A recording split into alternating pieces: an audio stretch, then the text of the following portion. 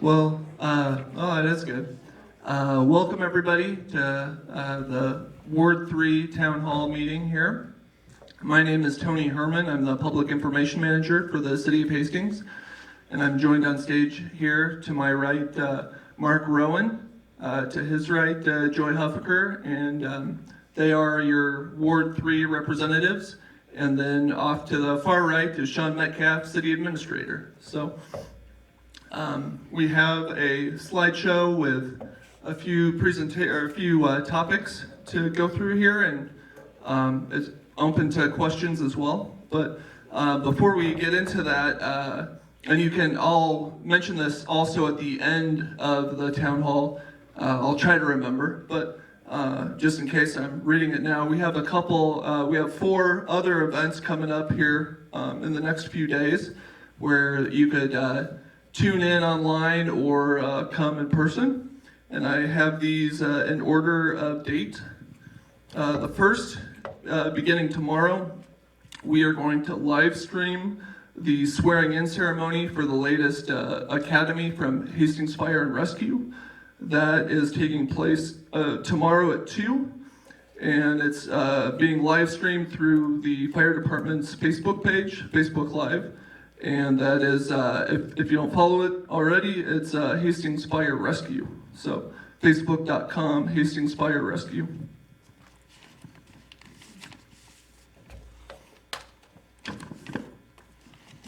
And then on Saturday, the Hastings Municipal Airport is playing host to the Nebraska chapter of the Antique Airplane Association's annual fly-in. So that's open to the public from about 10 to 3, give or take an hour on either side of that. So the airport is out on West 12th. And then next Wednesday, the 30th, Sean Metcalf, City Administrator, will be interviewing again on the city Facebook page through Facebook Live the museum director, Teresa Kreitzer Hudson. So she'll talk about her experience with the museum and possibly some information about upcoming museum projects. And then lastly here, we're here tonight for the Ward 3 Town Hall. The Ward 2 Town Hall has been scheduled for Tuesday, September 12th. And that is at the airport terminal. The address there is 3300 West 12th. And that's going to be eventually where city council meetings will be held. So the council meetings probably won't be there quite at that point, but the terminal will be in a good enough state to hold public meetings there. So, and with that, I'll turn it over here. I think what we're going to start doing as our council members go through the slides, if you have a question, they will repeat it up here. If need be, I'll run through the audience with a microphone, but we'll just see how it goes and just put our best foot forward here. So I'll start. Thank you everybody for coming. We are going to just rip the Band-Aid off and start with City Hall since it seems to be the hot topic. The deed is stamped, so the city building is officially ours. We are waiting to get the documents for the asbestos removal, and then that will be the next step. I guess questions would be good because I don't know where to go from there. So questions? Yes? The last city council meeting, you voted against. I did. May I ask why? Because when the surveys came back from the citizens, the top 2 were renovation or rebuild. And so tearing down the walls and removing the asbestos was what would be needed for both. So I don't see why we would prolong it if both options are needed.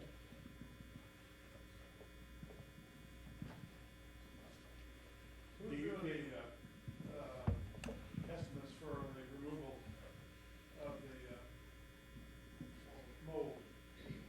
I believe that's what we're working on the paperwork for. You have to repeat the question.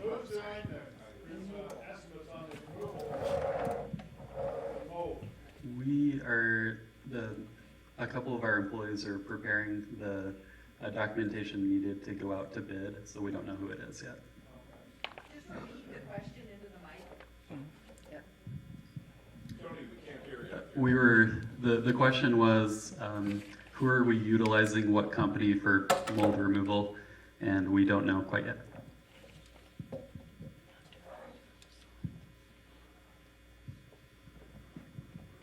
Those are the estimates from the two architects.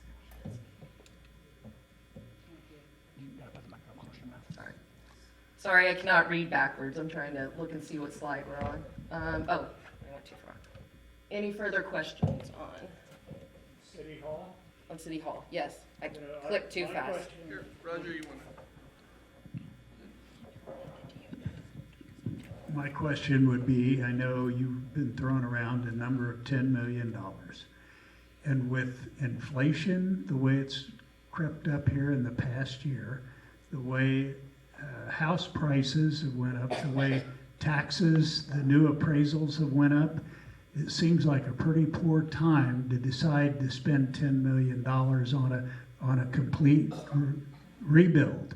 You know, that's why I think a lot of us are looking at saying, let's look at that building. It's a well-made structural building, built in 1963. You are not going to build a building of that quality today for the money, you know, and people are hurting out there. When you get talking to people that have children and trying to see what their grocery bills are doing, and we're sitting here talking about spending $10 million, and it sounds like you have it in the bank. I mean, listening to some of you talking. So why not use that $10 million to maybe slide on the request of such a increase in budget? You know, people are starting to hurt, and I guess that's my comment. It seems like a poor time. So. I don't think we've made a decision to rebuild. I think we're still looking at options. I know I have not made any decision, and I don't think any other council member has. We can wake you guys up.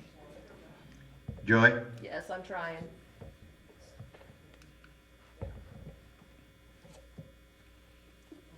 The reason that the city hall is like it is because lack of maintenance.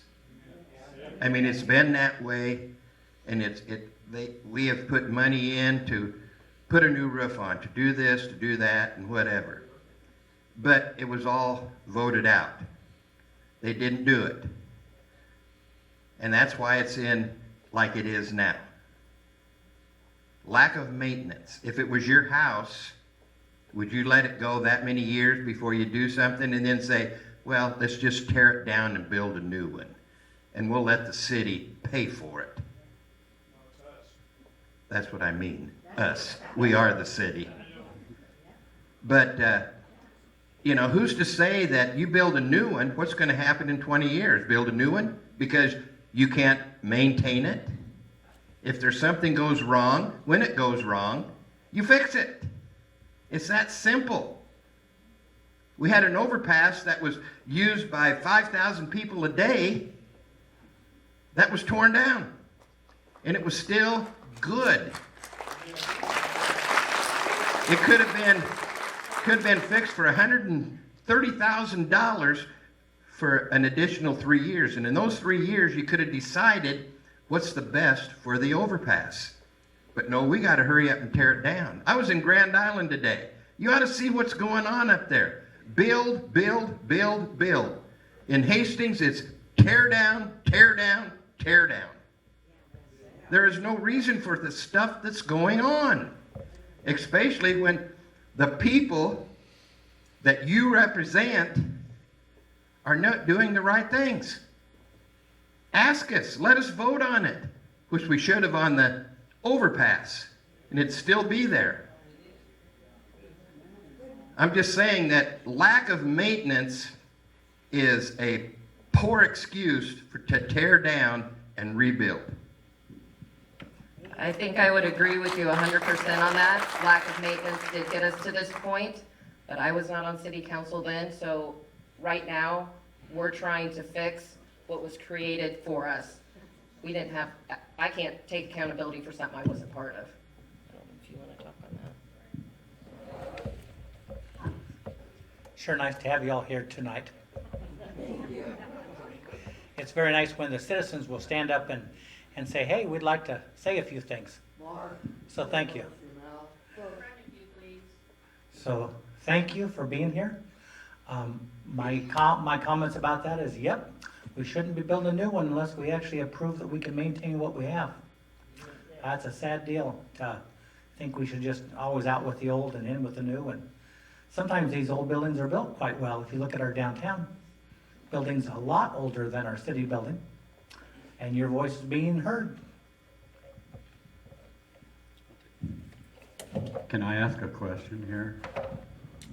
Just before your question, I just want to give some information that I have.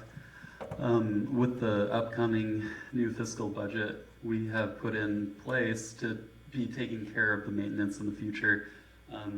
I've only been here 8 months, so I can't really speak to exact reasons why it's got to what it is. But I can tell you that we will have what we would like to have, or what I'm recommending is that we have a maintenance manager who is going through all of our structures. They're looking at HVAC. They're looking you just go down the list and see where each building is, and then that person would then inform each department. Okay, it's your turn. Your roof replacement is coming right up. So it's that's their key responsibility. And then on top of that, we put in recommended 2 maintenance specialists. We do have a few already, but for some of our buildings, we do not have anyone. And so department heads do their very best to keep up with maintenance, but it's not necessarily their skill set either. So it's important to get the right people in there to be able to actually, fix things as they come up. But as far as the future, I think we're going down the right path.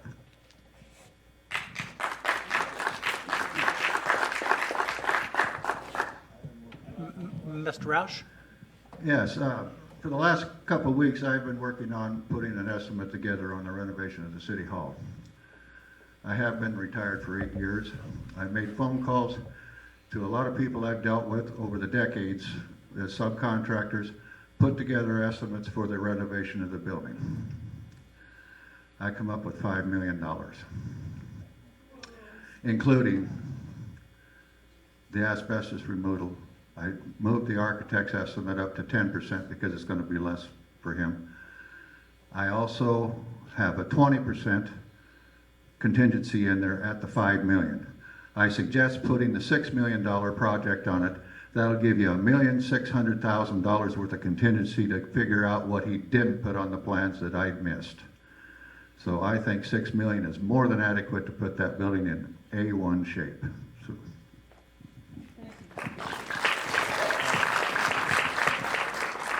That gentleman's name is Steve Roush. Roush Commercial Builders for many, many years in town, if you don't know. So he's somebody who has incredibly large amount of experience. Roy? Sean,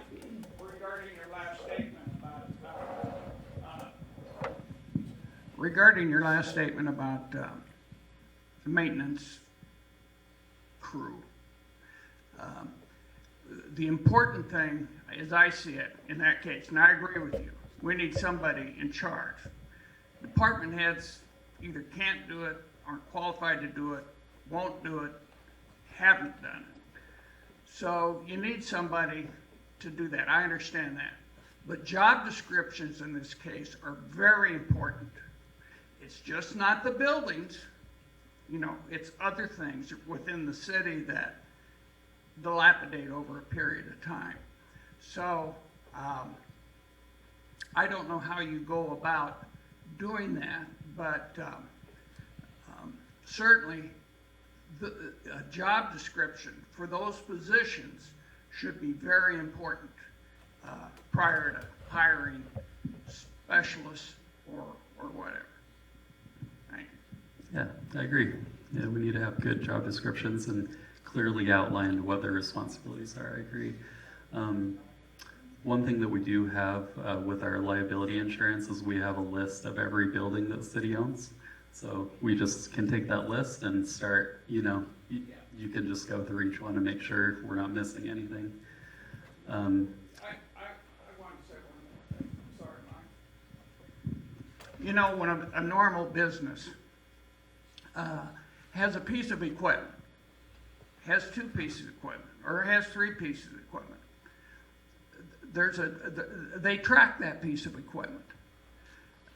If you have 5 trucks on the road, I mean, you know when one needs an oil change, you know when one needs to be retired, and so it's that kind of detail that really needs to be considered, prior to or during the course of this entire process. That's my opinion on that. So. Yeah, good comment, thank you. The other thing that we have from our liability insurance is a list of every vehicle that we have.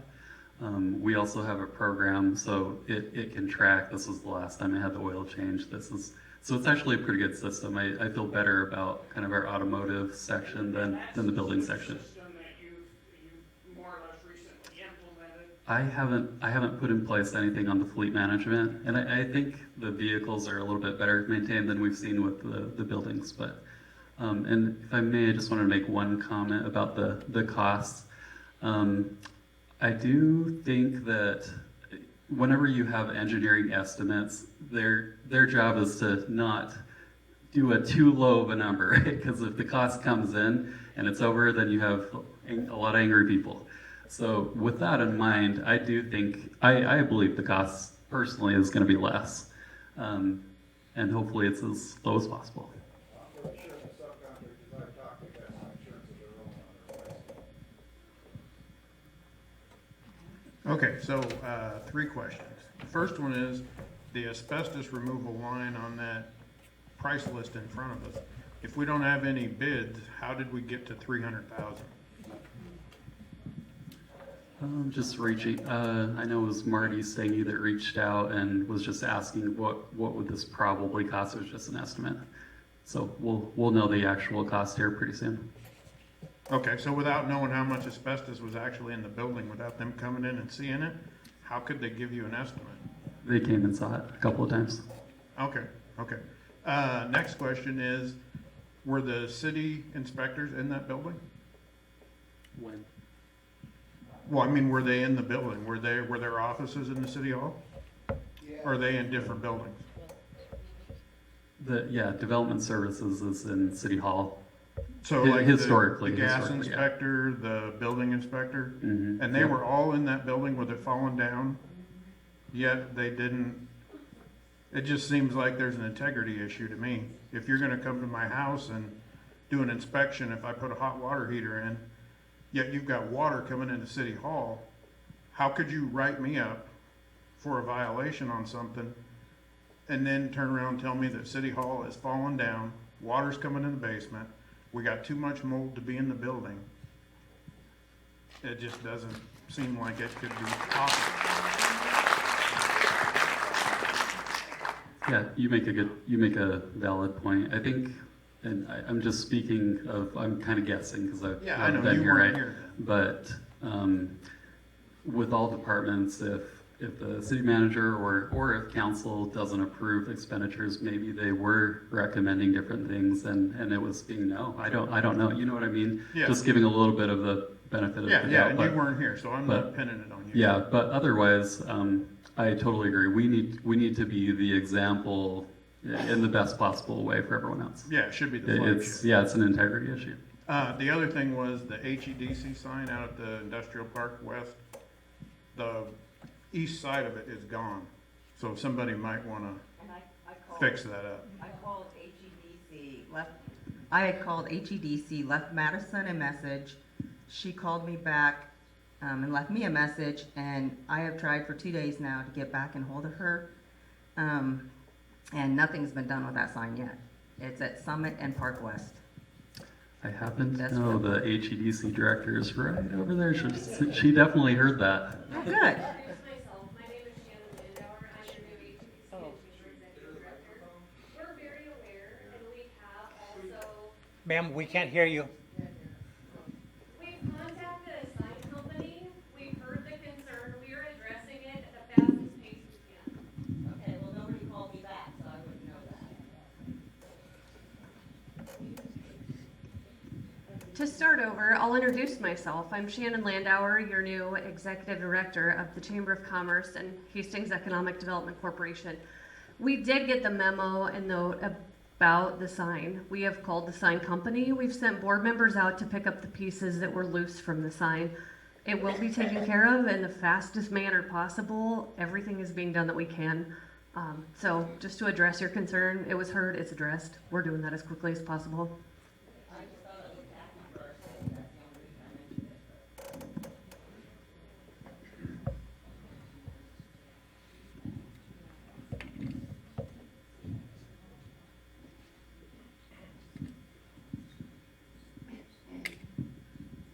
Is it true that there are 20 employees that will be in this $10 million building, potentially? 20 people? I have heard there's only gonna be 16. We're talking about a $10 million Mr. building Smith, for yeah. 16 people. I didn't know if everybody was aware of that or not. 26 or 27, can't remember exactly. Joy, how long have you been a council person? This is my third year. 3 years.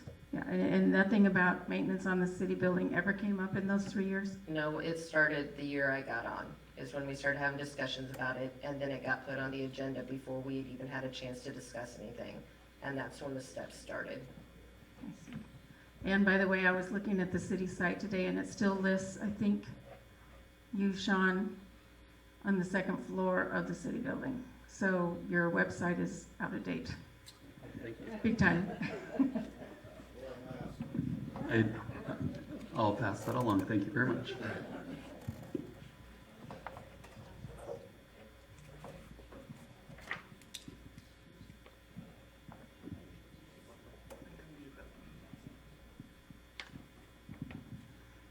I sense that some of the people in the audience have been residents for 30, 40, 50, 60 years. Would I be right? Yeah, more. I guess I've only been a resident for 11 years. I really don't have the contempt for my city government that some of you have, and I feel bad for you. I hear the anger in your voice.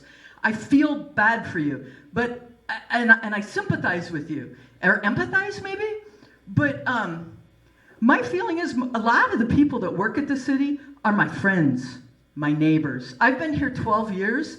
I gotta say, I have a lot of positive interactions with city employees. I thank the people in front of me very much down on the stage. Yeah, I guess it's hard for me. I feel like much of what the absent maintenance happened 40 years ago, 30 years ago, 20 years ago, even 5, you think? Why? I think because, first of all, I don't know. If you want to hear me guess why, I can guess why. Because nobody ever wants to pay for anything. Didn't Hastings have a pool that didn't get replaced until it absolutely fell apart? Isn't that when the Aqua Court came? And it's not just Hastings. Isn't it always difficult to pay for things? I know I don't know if it's a $10 million building or this very educated man, a $6 million building. I know it's going to be expensive. I know it's going to be a lot more expensive than it would have been 2 years ago. Way more expensive than it would have been 5 years ago. So I guess my only input is, I don't know exactly what it's going to cost, but I guess I trust my friends and neighbors to do the best they can in a very hard situation.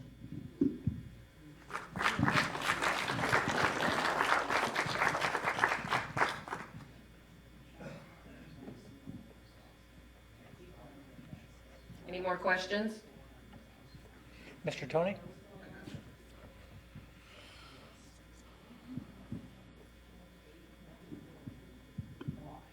First of all, thank you for having this town hall. As many of you know, we haven't had a lot of opportunity to speak to the Hastings City Council for a while. Used to be, you could go and speak on any topic, and that got changed. You can go to the county board and speak at any meeting.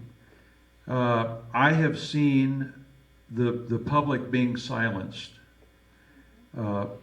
And that's why there's some anger in this group. That's why I'm not happy. The former city administrator told the council they didn't need to listen to the citizens because they are elected officials. That is BS. And so I've done 2 major buildings downtown. I was the general. And so I got to make every decision. I didn't have to remove any asbestos because it was done before I bought the buildings. But I think that's a minor part of this city building.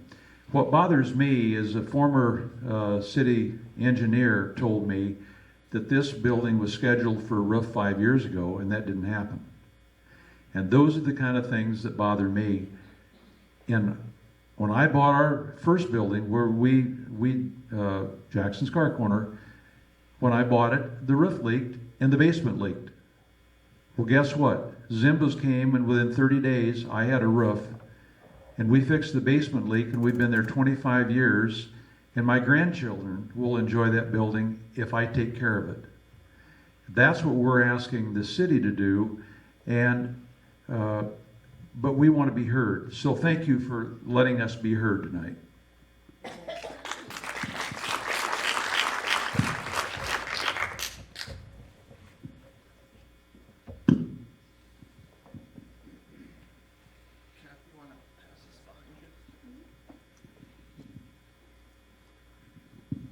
Yes, after I spoke up at the last council meeting, I think I informed you, well, this was at our voice group, that I was contacted by Jesse Oswald, the new city attorney. And when I answered the phone, I was real shocked that he had called me.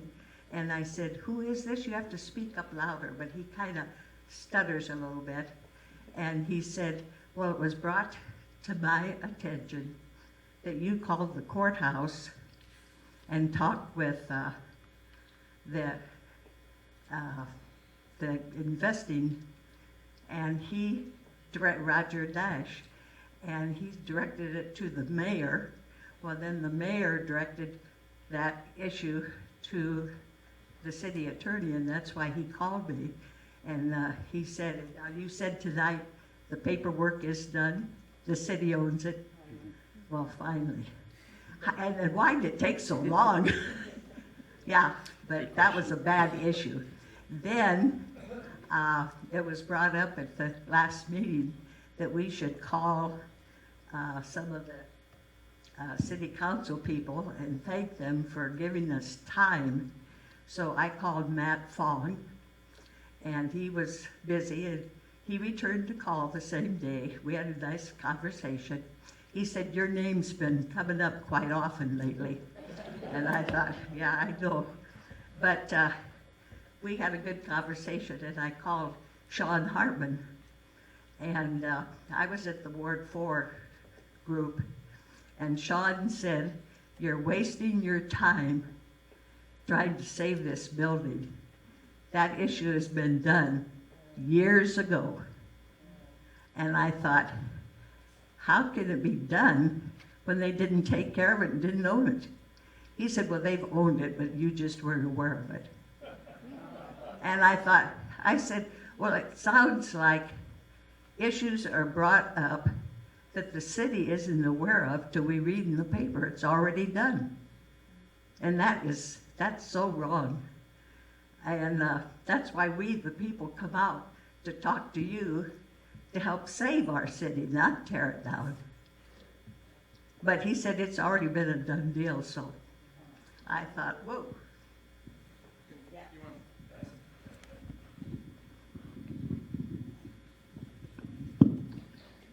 My name is Glenn Kruger. I've been living there 12 years now. My question is not to look talk about the city building right now. Do we have an individual whose responsibility for the city is to go around to these buildings and determine what needs to be fixed, or what does need to be fixed? And then, does he then bring that to the council? Is that the way it works? That's what we are proposing in the new budget, is to get that person that you're talking about. So that's part of the problem. We haven't had that type of a person in the past. Yeah, I think in the North Denver building, I think that's had a person that was a little bit more qualified kind of watching that. I also think WEC they have several people that are managing that, but it's more on the non-utility side where we've been missing that person. Thank you.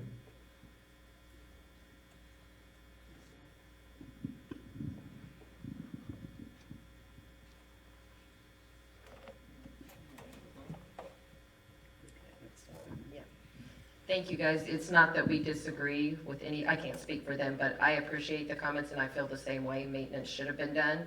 But I appreciate hearing it from all of you as well. It's frustrating to all of us.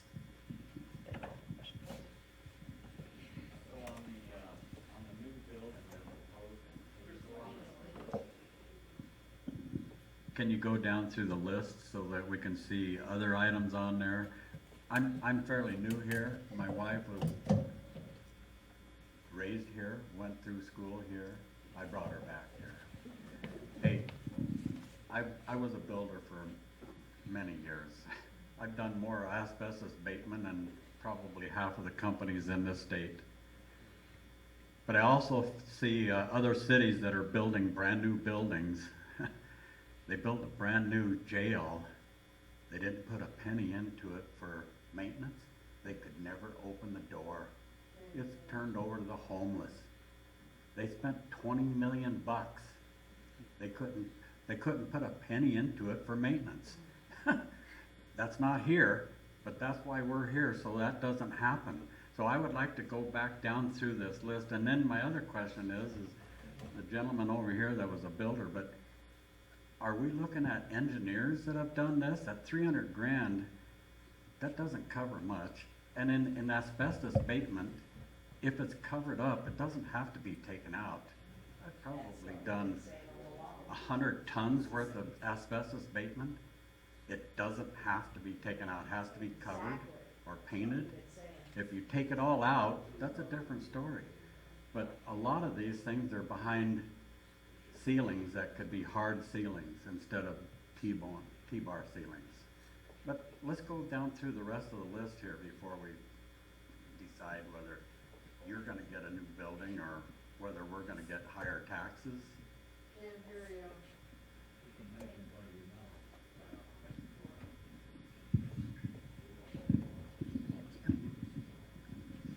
I just wanted to address what you had mentioned about the city. I'm sorry. Okay. I just wanted to address what you had mentioned about the city. We think there's wonderful people here. We all do. And the reason we're all here is because we did find out that we couldn't trust the people that were supposed to be taking care of things. We found that out over time. And that's why all of this has started, so we can get something done and hold people accountable for the positions they're in. So, I mean, it's not that we don't love our city and think it's beautiful. I feel like you're addressing me because you're looking at me. Well, I am addressing you simply because you're the one that made the comment, and I'm just, yeah. Sure, I guess what I would say is I encourage us all then to use a tone that doesn't have so much skepticism in it of the current players. The skepticism and the disappointment you feel, in my opinion, has so much to do with who was in power 20 years ago, right? And I guess, and so try to have a little bit more. No, perhaps not, perhaps I'm wrong on that. But, and I guess I would also say there's so much concern that all of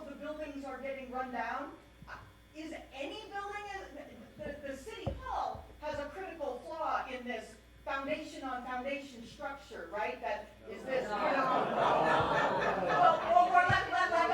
okay, you win, let me rephrase. Does any building in the city, in our thing, have this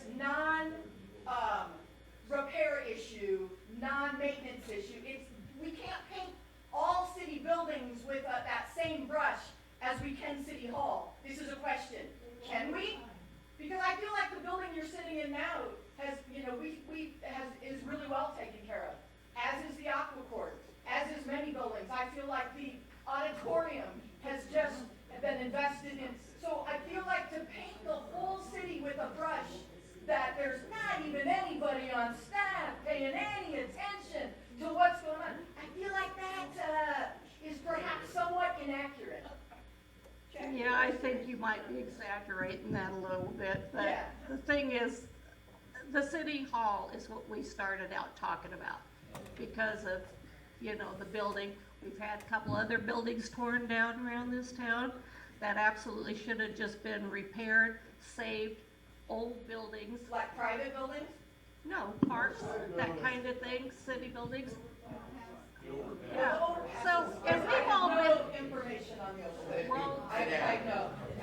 Yeah. To me, this is about the city hall. Exactly. Okay, well, so.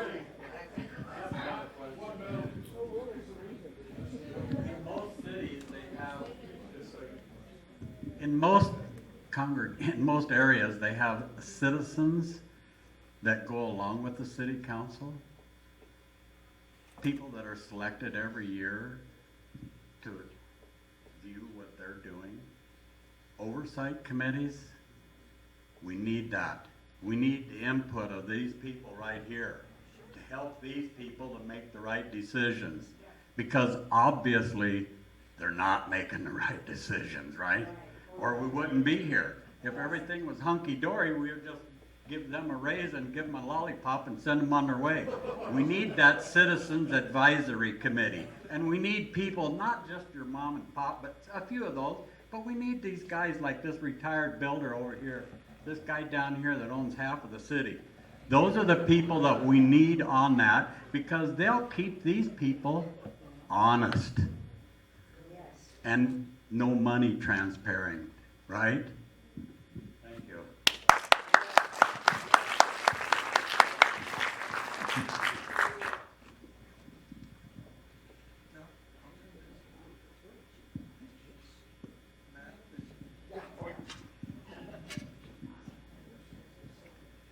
I just want to say there's been a lot of conversation about this. We have elections, we have a democracy, so we put people in place. There's a whole lot of people, way more people than could ever fill this auditorium, that appreciate what we're doing, that are excited for the future, that recognize that yes, these challenges happen. Decisions should have been different 20 years ago. That's changed. We have different leadership. We have new people like Sean.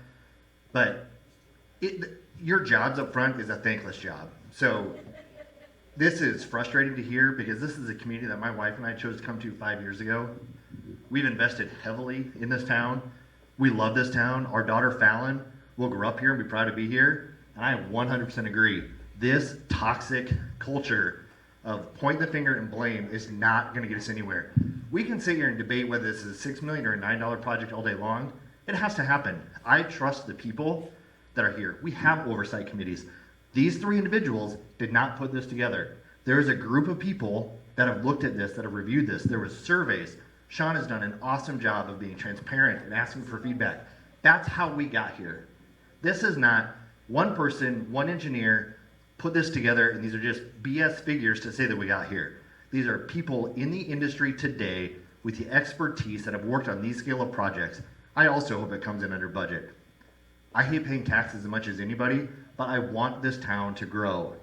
The attitude, the very first comment I made, or I received when I moved here 5 years ago, was somebody that told me the most frustrating thing in Hastings is there's an attitude of shut it all down. That has become very, very clear tonight. We have so much opportunity. There are so many better topics to talk about of what will address the future of our city rather than nitpicking what asbestos removal is going to cost at City Hall. Let's talk about what we can do to build our community that our kids and our grandkids can be proud of. Let's talk about what we can do to bring employers into town, to take advantage of the opportunities that we have instead of getting so upset and frustrated over this. We're talking about this. We are talking about this. Subject is down the road. Okay, can we hit the next slide? Or my daughter's got a bedtime at 9 o'clock so she can get to kindergarten tomorrow. There's a lot more to talk about beyond just this.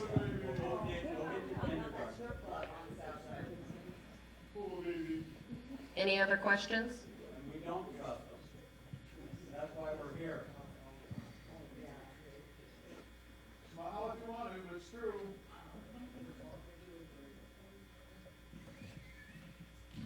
What about the oversight committee? They said that there was people in there. I haven't heard who they were. I haven't seen this gentleman down here, or that gentleman over there, or this one here that was involved. Are we talking about just engineers? Come on, folks. We all know about engineers. There's been articles in the newspaper that have identified people that have talked about this. I'm sorry that the person that you wanted on there wasn't on there. There has been a citizen group that has looked at this beyond just engineers and architects. A respected group of people in this community that have put this together to help get us to this point. Pretty hot topic we got here, isn't it? It's nice that people get a chance to speak. I was at the first town hall meeting, and the people got to talk like this and express all the things that they feel like they need to express. And when they got done, they said, let's do this quarterly. This was wonderful. I couldn't believe it. A lot of emotions get going and flying around, but people would like to actually at least be able to say what they have to say, to express their opinion and their feelings. So thank you for doing that. Obviously, different people have different ideas and different people have different feelings, and we're trying to find out what everybody has to say here. So thank you. A few more of you want to talk about the city before we move to the next topic? Okay. Quiet zone crossings. They're doing one on Lincoln.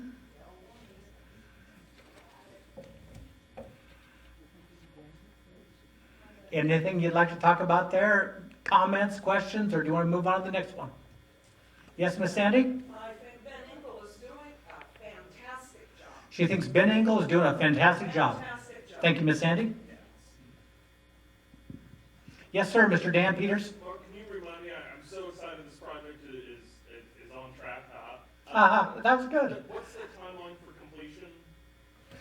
Mr. Metcalf? How do you know they're waiting for BNSF for the pads before they can move on? Waiting for To BNSF, install the crossing pads? the pads before they can move to the next one. So On we time. don't really have a good answer for you there, sir. And I knew it was out of our control. Yeah. Do you want to speak, sir?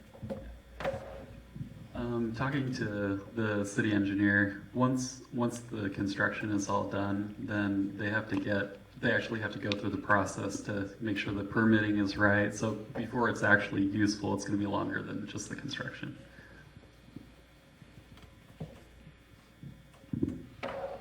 I do want to recognize just a couple of my compadres here. Thank you, Mr. Butch Ely, for being here, sir.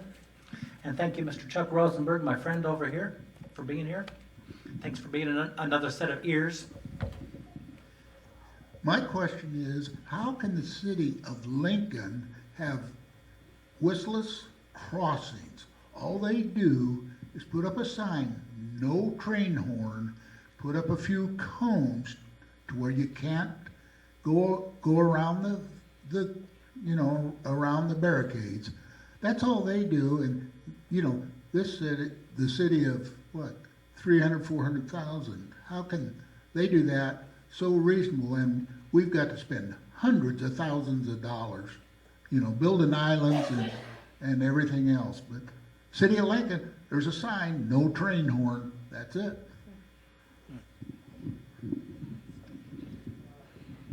Mr. Rowan, if you want to ask your question, I'll just repeat it. That's my dad up there. The city of Lincoln has several crossings. They've gone to engineerless trains. The crossings that are that way, there's several of them in Lincoln. They've gone to using non-manned locomotives. and that's most of their switching in the yard. And the way that works is anytime that they can't use that horn has to be on a stretch of track where there's no means for any auto to go across. If there's a gate crossing on there, then they have to use their whistle to be legal.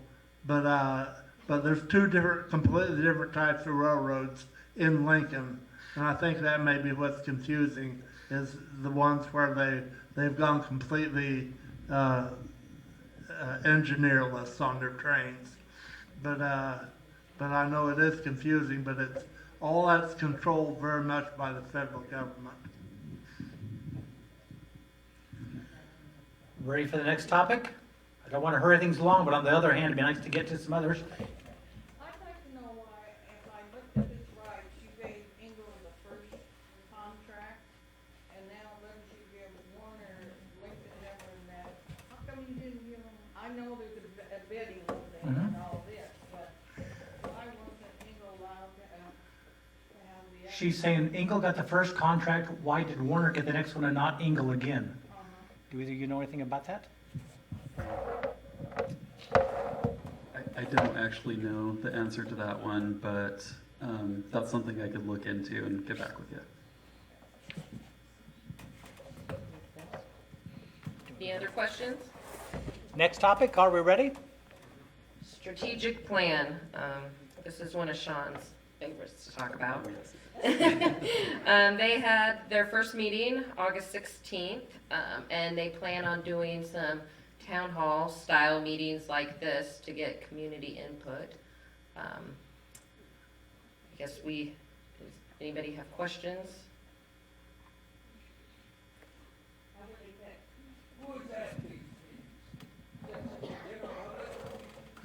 These actually, you'd probably be the best guy, wouldn't you? Okay, so the strategic plan is something that is new to this community, as far as I'm aware.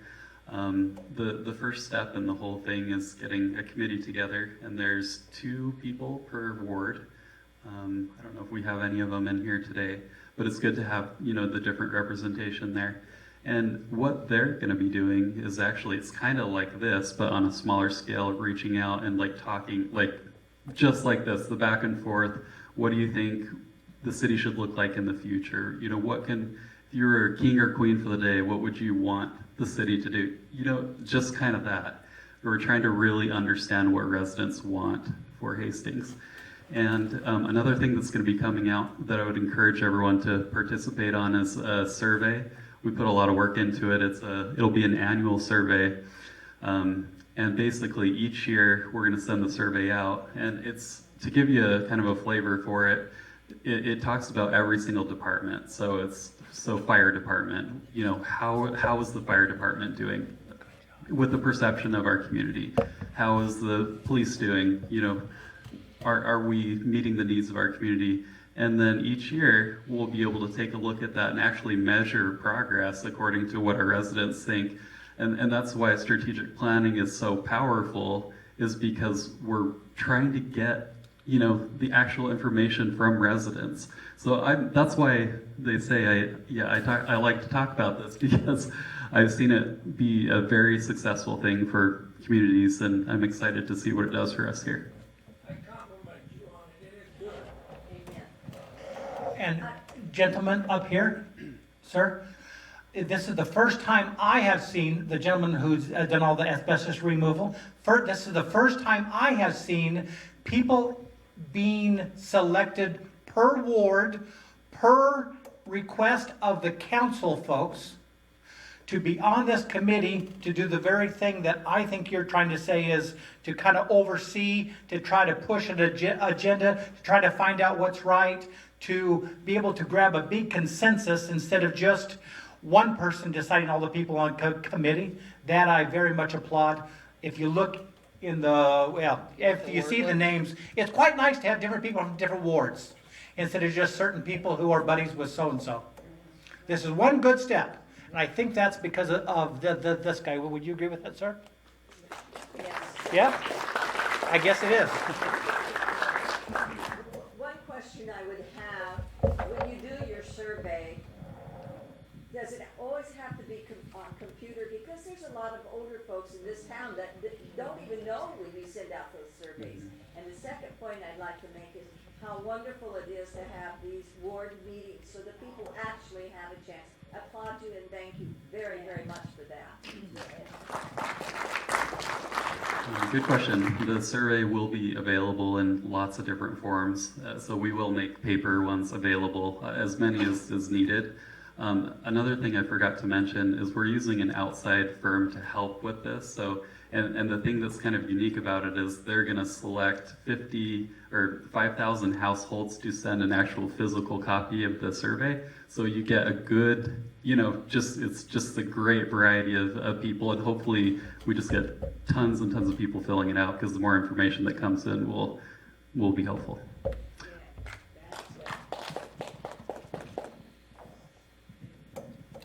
Any other questions?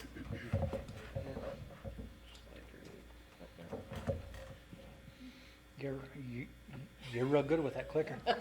I know, I can't read this. I'm turning around trying to read it. Are you ready for the next topic? Okay. All right, I'll let you start with this one. You're the budget. I am. Well, the budget's come out again, as it does every year about this time. We had a big meeting about it on Monday at a work session. Of course, it's exhaustive, 250 pages, I think it was. Hard to know every single line, and Here it is. I like to tease him behind his back, but I'll just say, in a group like this, I love it when somebody's a nerd about something. And he enjoys this stuff so much, and what a nice thing that is. I do love the budget, and that's weird, I know. So, There's the timeline for the remainder of it. in other words, we're under the gun like we always are. I don't mean that in a bad way. It just means this is how we always do it. We have to process all this stuff, make decisions, have public meetings, do different things to be able to submit it by a certain timeline. It is all also on the city website, 250 pages. If you can figure it all out, God bless you. But there are good folks like him who like to return phone calls, and he'll get you hooked up with somebody who might know better than he does if your question is specific. Paper budget is available. A paper budget is available, Roy says. This probably has nothing to do with what you're talking about now, but is the city council still considering making 2nd Street two-way? I was around when it was two-way, and it was a lot better when they made it one-way. Good question. Talking to the city engineer, he mentioned to me that there was a study done at some point. It was before my time, but he did mention to me that topic is actually going to be coming up in the near future for discussion. So kind of keep an eye out for that one.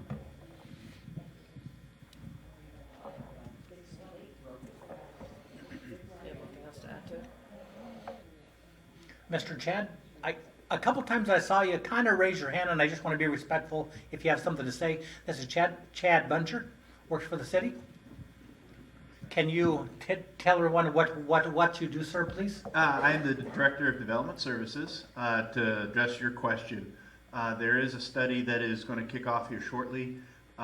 It's more so to look at the direction of traffic in downtown on the cross streets. So not 2nd Avenue. I think it's fairly resolved that 2nd will be one way as it is, but the cross streets past Burlington, there's a study to see if those could be maybe put back to two-way, or some of those, or 1st and 3rd, need to change directions or do something different. So we're studying that to see if there's a better way, a more efficient way for travel, both for vehicles, but pedestrians and bikes and other modes, to see if we can make things more efficient downtown. So that wasn't budget stuff, apologize, but wanted to address your question.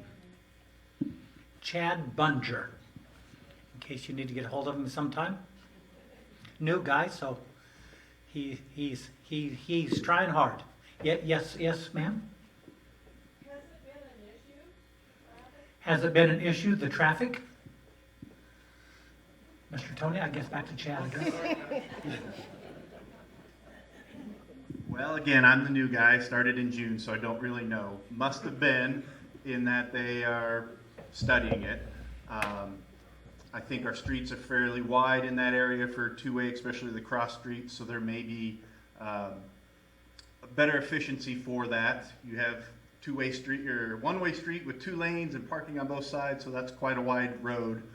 And so part of that study is not just what way is better for traffic to go, but could there be an economic benefit for redirecting traffic to have two-way traffic like it used to be? Is that better for some businesses versus what it is now? So that's part of that study.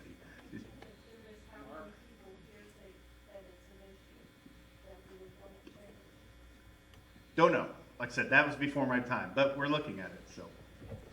Mr. Roy, if you want to say your question, I'll repeat it so everybody can hear.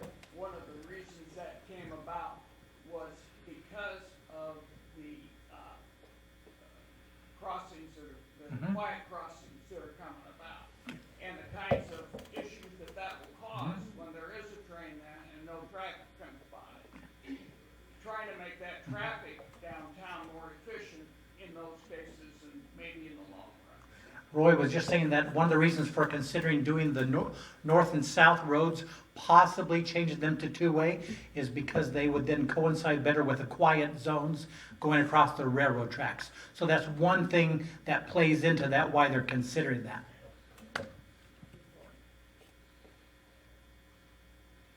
Next topic. Yes, sir, Dr. French? You can ask a question, I'll repeat it.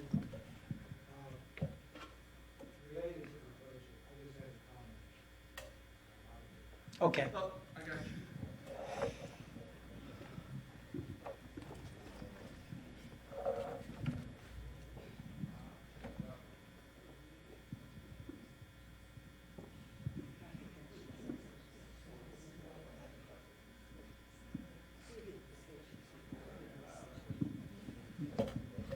Well, just regarding the budget, I mean, we saw in the paper yesterday or today that valuations went up 8%, fine. But the budget's going up 11%. Well, I think that's what I was reading. But, you know, just because valuations go up doesn't mean we have to spend every penny of it. I mean, I think, you know, one of my thoughts about city government, state government, federal government is fiscal responsibility. And I was just looking at my property taxes, and I don't know if you've looked back on yours. I'm looking back 15 years ago. From the decade of 2006 to 2016, 10 years, my taxes went up $400. In the last 5 years, it's gone up $400 a year. Now, you know, I'm just saying, I think everybody's taxes are going up. I've heard from a financial advisor that a lot of people are getting to the point where their taxes may make it where they can't continue to live in the homes that they're in. I've heard that Habitat families can no longer afford their taxes as they're going up $1,200 a year for some of them. So I'm just thinking that where the city council can perhaps look at a proposal and say, we don't have to pass every spending proposal that comes before us, because, you know, the decade I mentioned, from 2006 to 2016, you know, they were doing some things, but they weren't trying to do everything that came across their table. So, you know, for those of us who are paying property taxes, going up, you know, $400 or $500 every year gets a little old.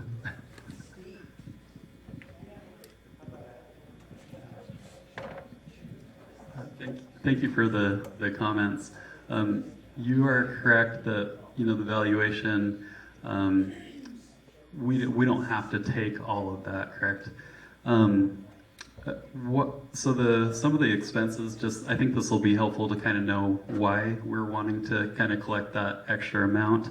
So in I just had to pull this up and find my actual numbers so I could tell you correctly.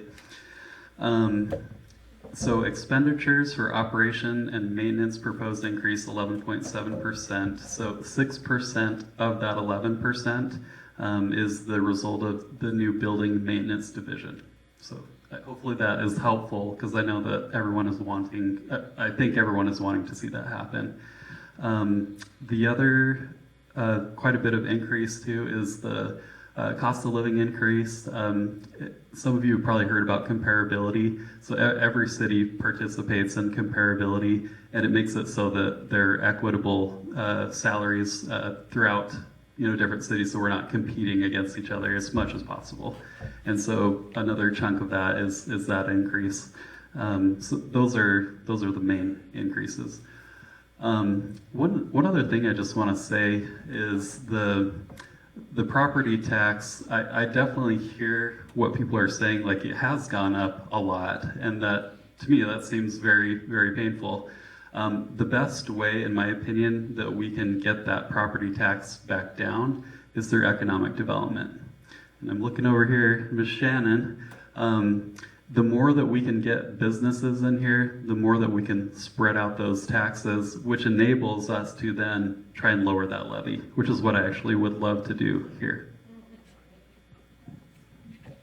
Any other questions?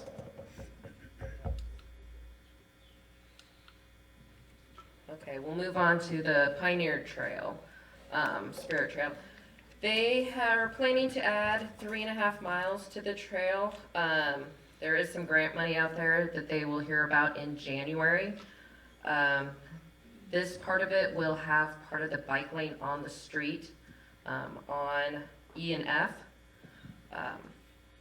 But that'll be phase 4 of the trail. Any questions? The new trail is on the south side of town, if you're not aware. Big deal to me. It is. Yep.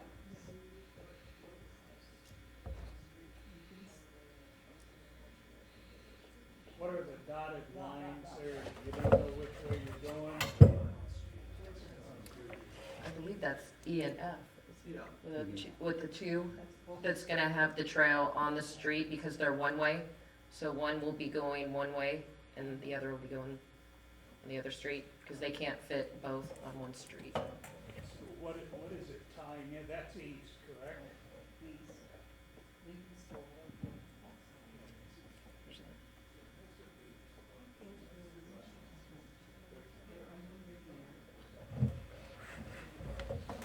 I think there's more information.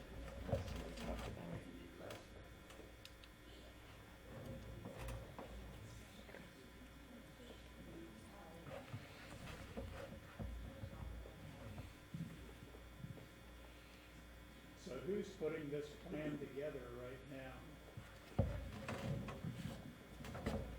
I think Parks and Rec is principally in charge of it, and I know that they're getting quite a bit of assistance through the engineers as well to develop the whole thing. And I think there's quite a bit of, I can't remember, there's quite a bit of funding that came through. Was this one of the sales tax ones, or is this? There was grant money, and then we're waiting. Okay. Okay, that's right. This is not one of the sales tax. This is quite a bit of grant money that we've received, though. Yes.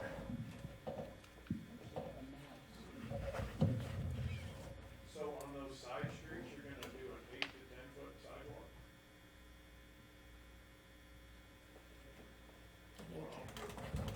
It's going through streets, right? That's the street? It's not going to be a sidewalk. It's going to be on the street, like painted, where you have the bicycle, like the symbol, where those are just bicycle lanes. Okay, so how much sidewalk, how much actual trail are you adding? Because the street doesn't really count. Well, phase 4 is 3.5 miles, but they consider that part of it. So what part are they actually building on there, I guess I'm saying? I mean, if you're painting lines on the street, you're not really adding a trail because. It's going to connect, yeah, but it'll connect. They.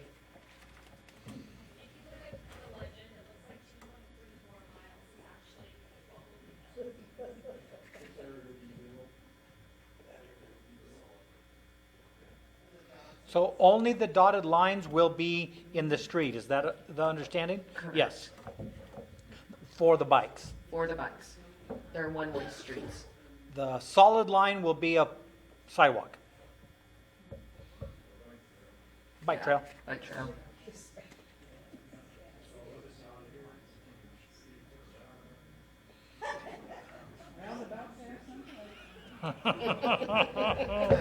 Mr. Roush. We ready for the next topic? Ready for the next topic? Anybody else? Okay. Am I on it yet?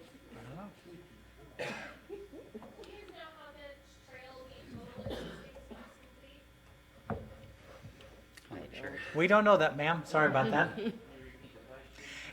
The question was, do you know how long of a trail we're going to have in Hastings once that phase, that segment is all completed? And we do not know that answer up here on the stage.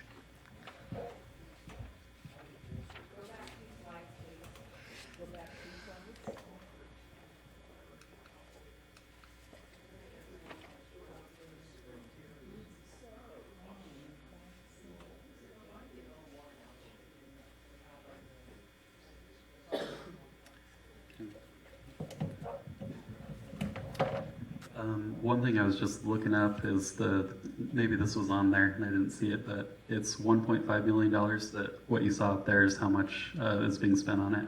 And then my understanding is that this isn't completing, all of this trail system, but they kind of have one more section, if I'm not mistaken. 4A, yeah. 4A. 4A. According to Google right now, it's 11.2 miles. 11.2 miles, according to Google. According to interwebs.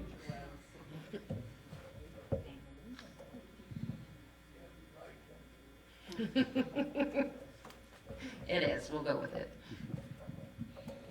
Ready to go to the museum section? Here we go.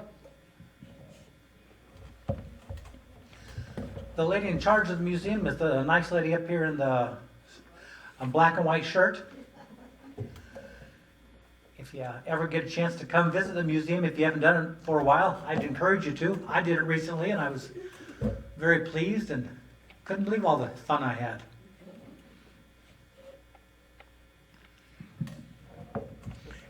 Anybody here want to ask some questions about the museum? We do have her if there's some things we don't know. Play with snakes? I did not play with any snakes. Isn't that funny? Yes, Miss Edie? Yes. My brother from California retired from the Air Force, and he lived in many countries, and he said this is the best museum he's ever been through.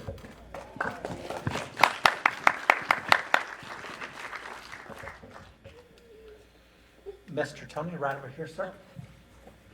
Thank you, Mark. As a handicapped person, I would love to see a railing. It's really going uphill, and to most people, they wouldn't notice it, but if you're crippled or handicapped in any way, it's definitely an incline, and it's kind of hard to make it clear to the door without collapsing. You're the second person who's told me that tonight. Oh.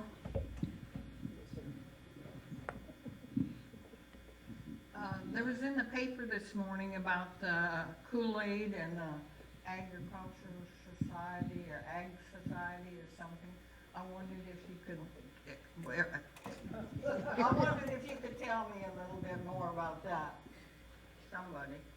Why are they transferring it over there? It seems like the museum is a great place and a centered place to have it. Question was about Ag Society and the Kool-Aid Days kind of joining. Mark, I'm taking the mic up. We're taking the mic up to the museum lady as we speak.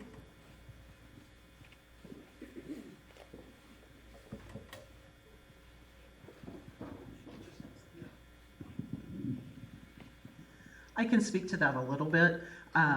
Kool-Aid Days is a separate foundation. It's actually not part of the city or the museum. It was started behind the museum, but it's always been a separate organization, and they were struggling. Kool-Aid Days was dwindling in board members. They were having a hard time getting people to help participate to carry out the event, actually.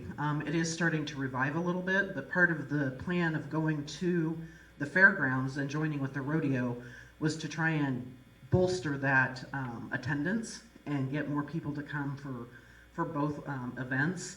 And it's just become a natural fit for the fairgrounds to kind of just take the organization and oversee it. It's still going to be run by a volunteer board. They'll still do all the activities. The only thing is now there's an oversight with the budget and stuff through the fair. So, yeah, everything we do here at the museum is we do it because we have the Kool-Aid exhibit, and we just want to be part of that. And that'll stay here. That part's not moving.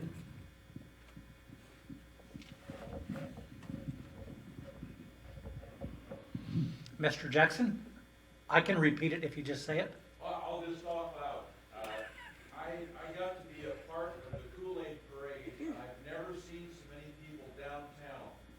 It was amazing how many people were downtown. And it was a lot of fun. It was hot. And I think people had a great time. The people that put on that parade, the volunteers, were really organized. And they did a great job. Kool-Aid parade was great.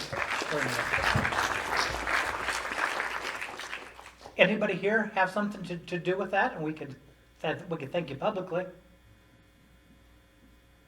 Okay. More questions about the museum? Comments? You're allowed to give comments. Yes, sir, Dr. French? Buy a yearly membership every year. Buy a yearly membership. Free tickets to the movies. Uh-huh. Michelle, would you be good on that?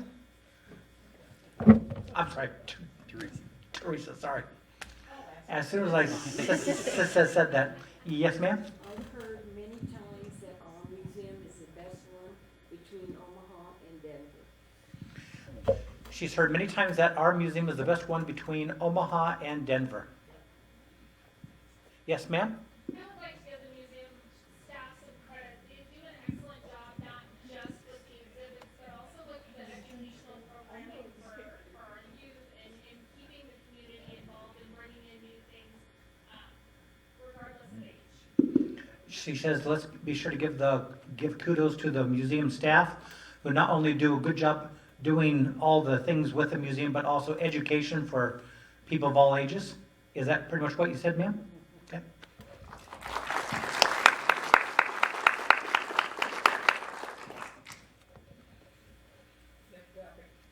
Next topic, folks?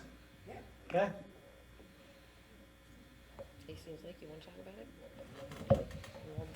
Okay.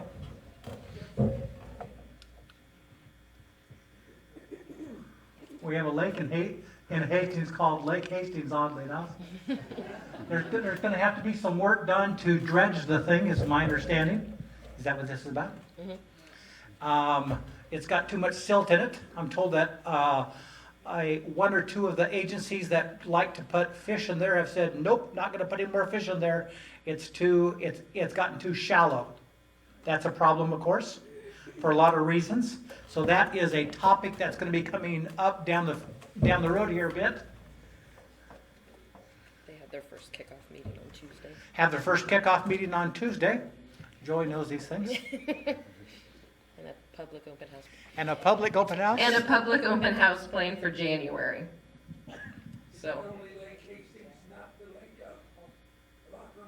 No. No, just like Hastings. Just like Hastings. There's concerns about all the sediment and silt and even fertilizers from the fields washing into there and kind of just building up a lot of silt in the place. And I guess every so often you need to actually sit down and dredge the thing. Maintenance. So one thing with the dredging, before the dredging can actually happen with this kickoff, the main thing that they're going to be working on is a plan for the future. So because of all that sediment coming in there, we can't get grant funding until we can prove that the sediment isn't going to just continue and do it again. So it makes a lot of sense, right? So as soon as they get the planning portion done, they'll go after grant funding. My understanding is that we should be able to get some, and eventually we'll dredge. So if you didn't all hear that, that means maintenance. It means that in order to keep the sediment from getting into the lake, to keep causing this problem over and over, Mr. Metcalf is saying that we have to do some kind of a plan to keep that sediment, to keep all that garbage from flowing into our lake and keep causing this problem over and over. Then we can get some grant money to fix stuff. Yes, ma'am? Mrs. Jackson? Because the lake is determined to be a man-made lake rather than a natural lake, that is why the city is so involved in the care of the lake. Okay. She said because it's a man-made lake and not just a natural lake, that's why the city has to be so involved.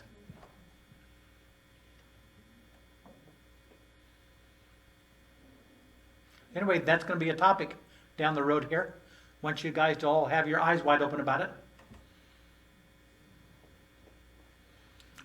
Next topic, are we? Yep, and this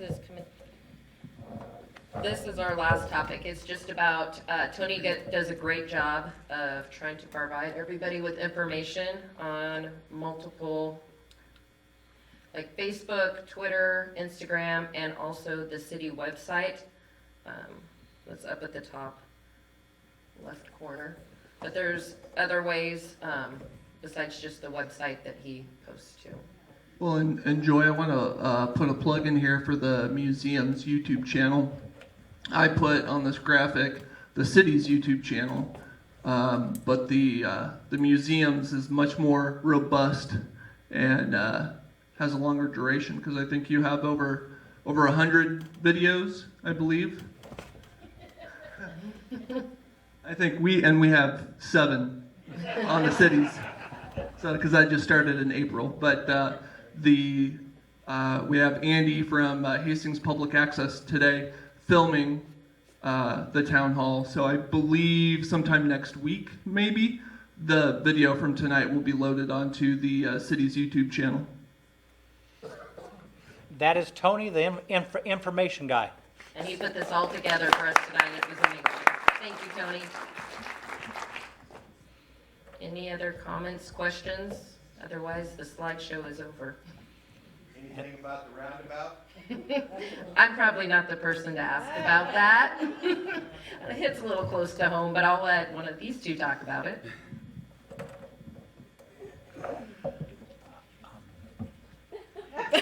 My understanding is that a number of years ago, the city decided that they would like to to be a part of and to be in agreement with the state on this project. And even back then, it got turned down. I only hear so many things. You'd be surprised at how many things I don't get to hear. It does. Most of the people who know a lot about this say, oh, it's still pretty up in the air.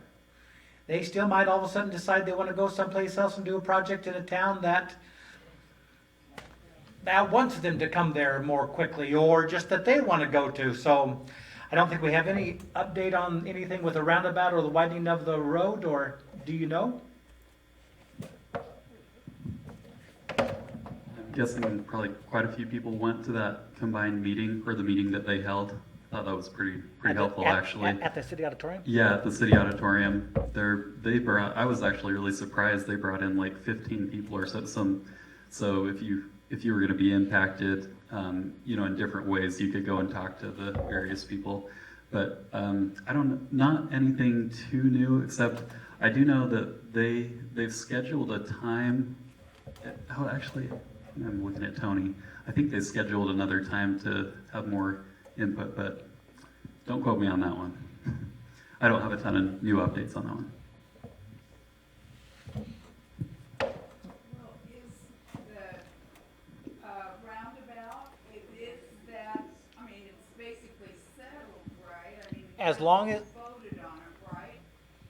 So the city council voted to say, yes, we'd like to have this done, but then the state still wants to go hear what folks have to say.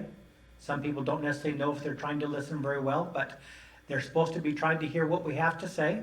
And then There's still a long process. All these things go painfully slow. And if things don't change, if they don't all of a sudden decide to do something else, if the money doesn't run out, if the project in such and such town doesn't all of a sudden take too long, then their plan is to go through with the roundabout and the road associated with it. Okay. My question, it relates to the potential blockage. As you know, when you go north on Elm, if you're westbound on Highway 6 and then you turn to go north, that is frequently blocked. And those of us that, get trapped there, will there be like an additional exit for the people that are headed north that get out of the queue and they try to turn around when the stuff is blocked and they can't go north, so that they can get back to South Street and then to 281 underpass?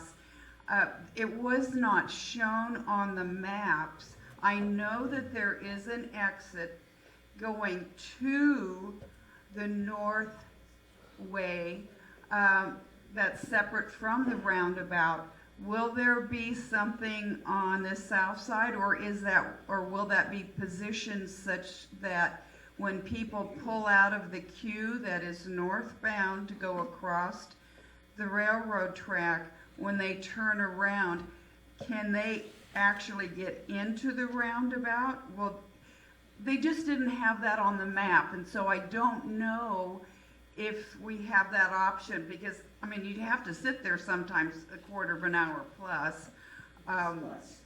Yeah, well, I know sometimes there's a plus on that, and so they did plan a separate lane for people specifically going to the train tracks. There is the street there that hopefully, if it stopped over the tracks, people would know to start turning to let other people start moving to come back around and then take the one lane to go either south or east. But they have one specific lane specifically for people crossing for the trains. Oh, so is this It's a one lane all the way around, except on that corner, if you're coming off Highway 6, okay, on Telter, they added a second lane in case a train is stopped over the tracks. So that people can keep using the roundabout if you're not going north. Okay, I know that there's that exit that goes from Highway 6 and that it will go up on the North Elm, but you get trapped in there. So is there going to be another way, or is there going to be like a little road along the south side of the railroad track that will take you to another street so that you can get down to South Street and then go all the way to 281 to do the underpass? Is that how? Well, Park Street is there. I don't that know. You could turn off onto where the old Jack and Jill used to be.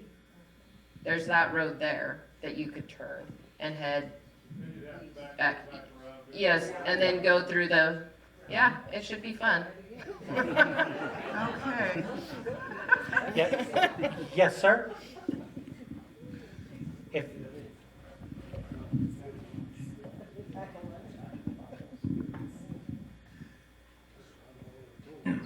I have been to the state of Nebraska when they were building roads in Auburn, Nebraska.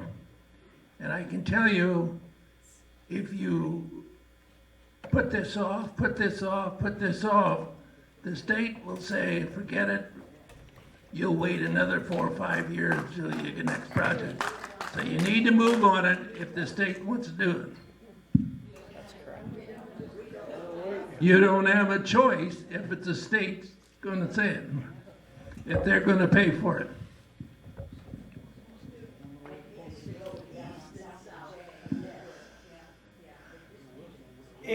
If you're okay, we of course have come forward with all these slides and these kind of set questions.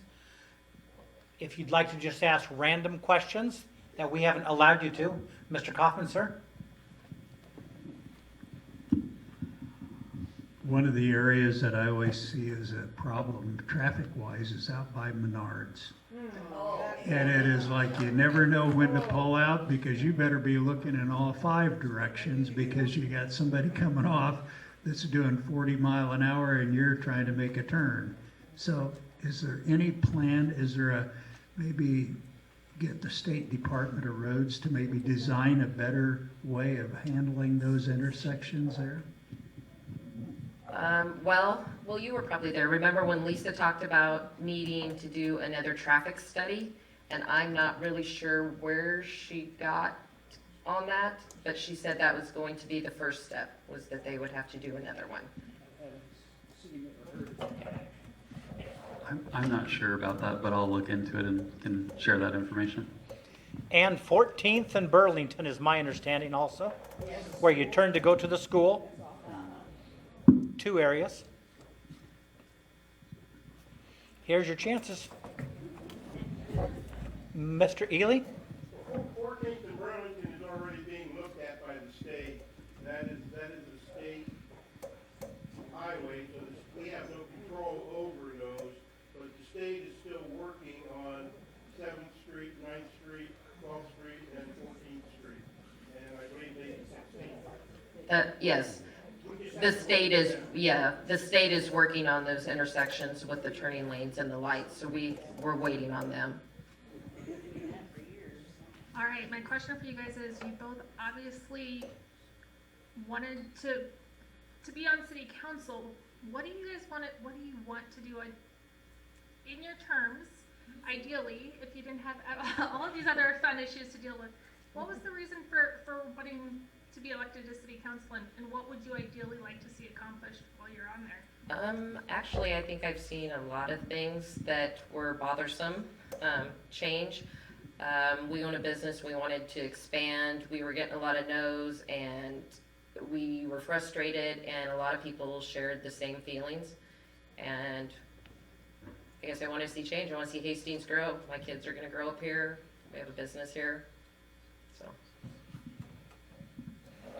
I'm a rather forthright person in what I would have to say there, is I, for some reason, absolutely love the people in this town.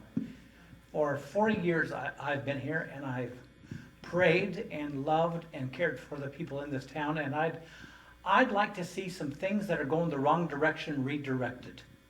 I've had lots and lots of people over my 40 years to tell me negative things about the city multiple times, and I'd like to be able to say, maybe a couple of those things I can start to get, instead of going this direction, maybe we can get it steered just a little bit so we can start down a right road. That's my thought.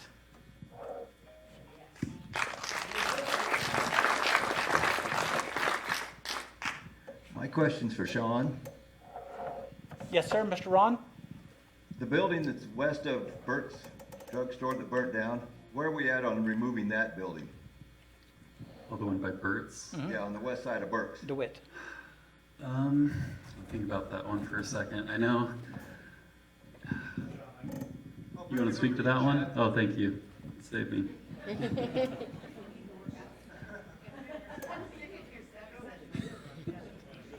He's a runner, so this is good practice. Hello, again, Chad Bunger, Director of Development Services. So we recognize that building is a significant problem. When Burt's burnt down, that wall, that adjoining wall wasn't really shored up well, thus you have the gape in the front facade and the significant issues there. We're trying to work with the property owner and their insurance agency or insurance to shore that up and improve that the front facade and that open wall. If you've ever dealt with insurance companies, that's not the quickest or easiest thing. We're getting up to time limits where we really need to get some action to get that secured, to get that corrected. So we're trying real hard to make improvements on that building and not have to tear it down, because then that just starts the next process on the next building and the next process on the next building. So we're working with the property owner. It's definitely on our list. In fact, had a conversation about it just today about what to do. They're being somewhat responsive. I wish they were faster in getting stuff done, but things just take time when you have to study a wall, engineer a wall, those sort of things. So I wish I had better news, but it is something we're working on. Thanks, Chad.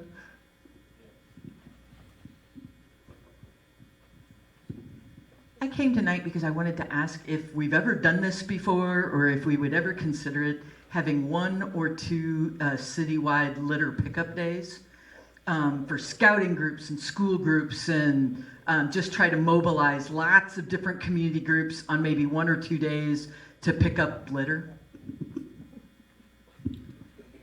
I've seen that in other communities too. I know exactly what you mean, but I don't know the history of if we've done that before. Do you know? Does anyone know? We were trying to do Keep America Beautiful. Well, Lisa had started getting the information for Keep America Beautiful, and she had reached out. The guy came and talked to us, and Roger, help me out. I think when she left, it kind of came to a standstill at that point. Yeah. Hi, I have a question. A couple years ago, I heard that they did, architects drew up some plans for a senior center adding on to the armory. And if you look at the people here, we don't really have a senior center. They've been very gracious out at the armory to let us be there, but that's really not a senior center. We need to add, we're gonna add to the building where we could have classrooms and they could have a real dining room and cafeteria and everything. And you look at the population of Hastings and the people that are attending here, I think there'd be quite a few people that would be really interested in that. And you can go to Grand Island, Kearney, you can go to any town, even Curtis, Nebraska, which is about 1,000 people. They have a senior center and they're talking about building a new one. And Donovan has one, so I think that's something that's really important to this town. And I think we need to be proud of where we go to walk and to have lunch and everything. And the people out there have been very gracious, I will say, to let us in, but it's really not my choice of a senior center. So we need to consider spending money there. And even, I know they do a lot of fundraisers for the YMCA and stuff, people in the community. If we could each give $10, $20, maybe that would help us get it. And I've heard they've had some money, grant money. I don't know how much it would cost us, but anyway, I think we need to talk about that at a meeting too. Good point. Miss Sandy? I would like to know why the city of Hastings does not have sufficient insurance to cover damages that the police department does. Over a year ago, I had the 4 SWAT teams go through my rental, destroyed it, tear gas in every single window. They did over $50,000 worth of damage. The police department told me to turn in a bid for refixing it. And I was turned down flat and told me, too bad, wash their hands, police immunity, too bad, your problem. Then the city attorney told me that after they gave me a bid of $25,000 just for remediation to clean up the mess from the tear gas and busting all my doors down, that I could not afford to pay $25,000 to remediate the damage that the police department did. Chuck the city attorney, told me that I'd have to do it myself, but then I'd need a permit to throw away chemically contaminated goods. How about that? Okay? They decided later that because I was the homeowner, I could clean it up and apply the asbestos rule. Well, I spent months pulling out all of that. I now have damage to my skin from the tear gas that has contaminated me. And the city absolutely told me, you won't see a dime, period. I do not think that's fair. The Fourth Amendment, I pay taxes to have public safety. I don't need to pay for what they did. When did this occur? February 17th. It's amazing because I got my eviction. It was Catholic Social Services that had someone in the house. And I went to get my police report, and they told me there is none. Adam's story hung up on me, okay? I have never gotten a police report. I don't know what the deal was. They found nothing. Nothing. No one was arrested, but they did all that damage to my house. February of which year? 17. It's been a year ago. Been a year ago. Okay, that one's before my time, so I Yeah. don't know what to say I know, about that but one. the city of Hastings needs to have better insurance to cover damages that are caused by the police department. Thank you for sharing that. Appreciate Okay. that. Thank you.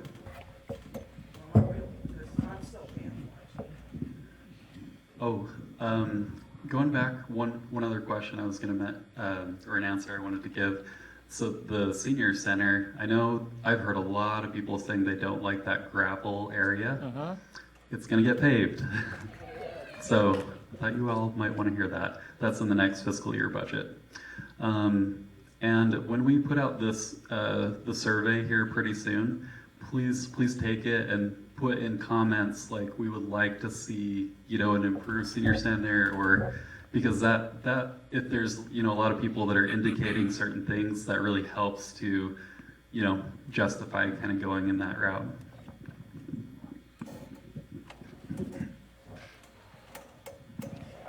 Thank you, Councilman Huntley, for being here tonight also. Yes, sir, Mr. Mike? I just want to say thank you for the opportunity for us to all speak. It is, I guess I shouldn't call it a privilege because it's not a privilege. It's a right that we should have. So I thank you, Sean, and council members for giving us the opportunity to voice our thoughts. And I would just like to add, for those who think that everything is negative and it seems overly negative and intensely negative, there's more to this, to what you don't see. There's more information that you may not be aware of. So don't judge off of what you see from what I've said tonight. There is more information. And if you have questions, I have information to justify what we're saying. And it's not to beat down Sean or beat down Joy or beat down Marc or any other council member. It's because we want a better community. And citizen involvement is a requirement for a community to function. If you don't have citizen involvement, I think that would be pretty much a tyranny, wouldn't it?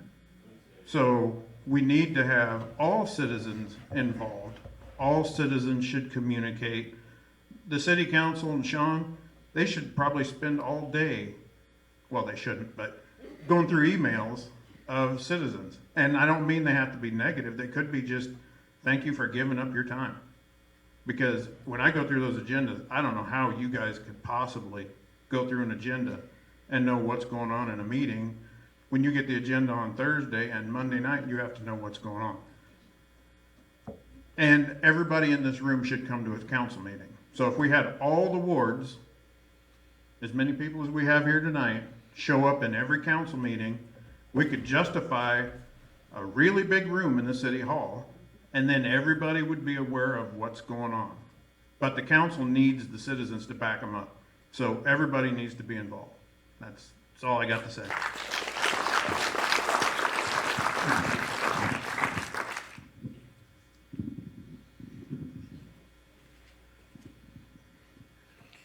Mrs. Bramble?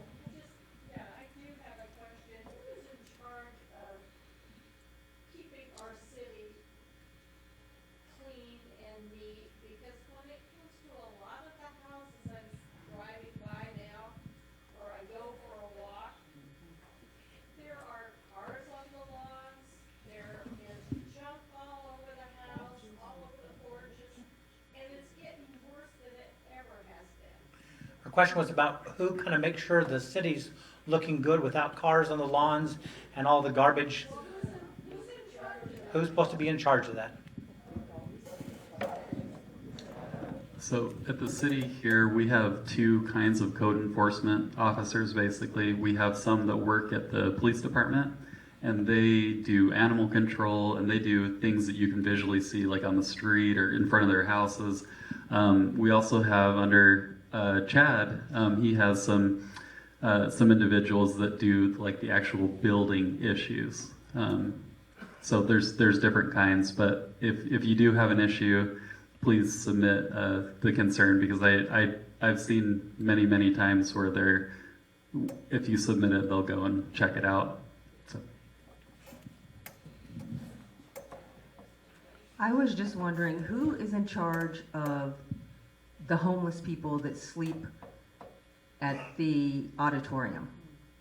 I've had different people tell me within just the last few weeks of all the homeless people that sleep at the auditorium or in that area. Just wondering, what are we doing about that? And why are they there? Nothing against homeless people by any means, but I think they should have somewhere to go instead of the streets, especially when it's this hot. Yeah, but Crossroads will not take them if they are and drugs, and so that's where this problem comes. Okay, so we should probably have the regional center back open. Why do we not have the regional center to take care of these people who definitely need some help?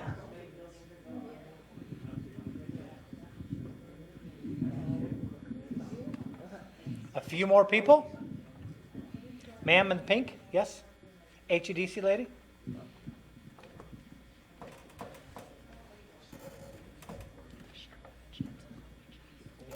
Couldn't believe you. You're silly. Again, being new, I was going to introduce myself tonight. Thank you for these forums, because it is important to be in a position to have a great, strong community and have this input. I love seeing so many people that care about a community, and I'm just so excited to be here and get to be a part of the process. What you guys do is a pretty thankless job, and I think it's really important to say thank you and to see so many people engaged. And I think that truly, when you start these conversations on a basis of respect and caring about everyone's opinions, we get to such great places. So again, thank you. I'm so excited to be a part of this community and get to work with you in a leadership position. And I just look forward to continuing these conversations with Sean, with the council, and with the staff. You've got a pretty great team here to work with.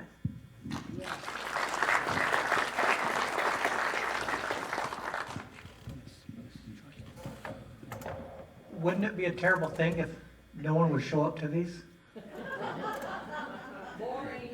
Well, it means people don't care anymore. Or they don't think there's any chance at all of their voice being heard whatsoever. That would be a truly shameful, terrible thing.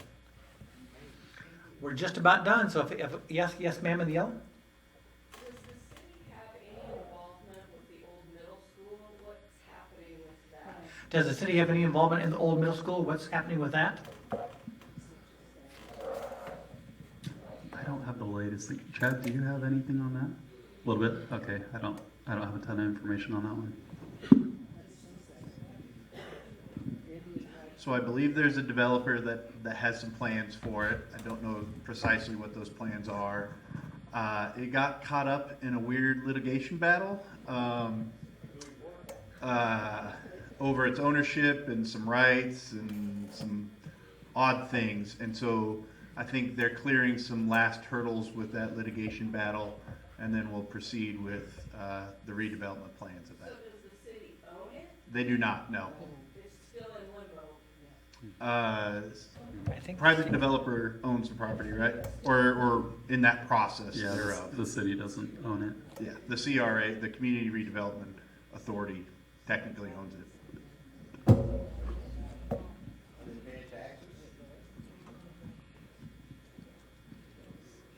Miss Jody Johnson? Who owns the old police station? Yeah, that would be us. I think they're just using it for storage at the moment, just different things like that. I know they're having to do some cleanup of that area too. Some issues. It sounds like you all are familiar with that probably a little bit more than I am. But they have to do a lot of remediation of some, I guess, chemicals or whatever was there. So that's kind of going to be, I think, taken over a little bit, doing that cleanup. Ron? Mr. Metcalf, I'd like to know how many pieces of property that are in town that are not on the tax rolls, like the old junior high school. Repeat that, please. How many properties that are in town that are not on the tax rolls, that are not paying any taxes into the city? All the ones that are owned by the BID and CRA, stuff like that, that are city-owned properties? I guess what I would say with city properties is that we don't pay taxes because we're the ones that actually collect that. We're on the receiving end of that. But more specific than that, we'd probably have to see which buildings you're talking about. How many are exempt from taxes? Churches, parks, anything owned by Mary Lanning? You got a couple hundred, couple thousand? Yeah, I don't know. Not sure. Anyone else? Roger?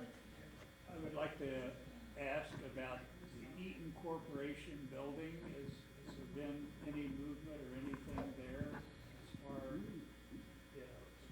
hopefully with the new HEDC director, maybe some of these things will get.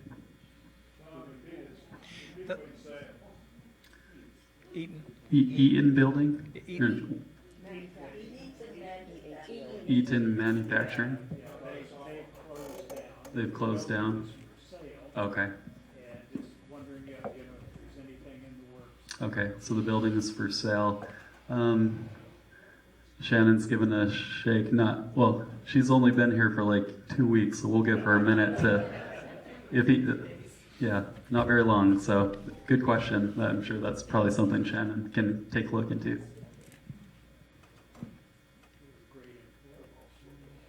Few more people? Well, and I just want to say, I failed to do this when we started out. I want to thank the Hastings Area Chamber of Commerce for helping organize the event tonight and all of our other city council ward town hall meetings. So thank you to the folks at the chamber. And thank you to the library for hosting this tonight. Yeah. Are we done, Mr. Sean and Joy? Okay, I guess we're done. Thank you. Yes, thank you. Thank you for coming, everybody.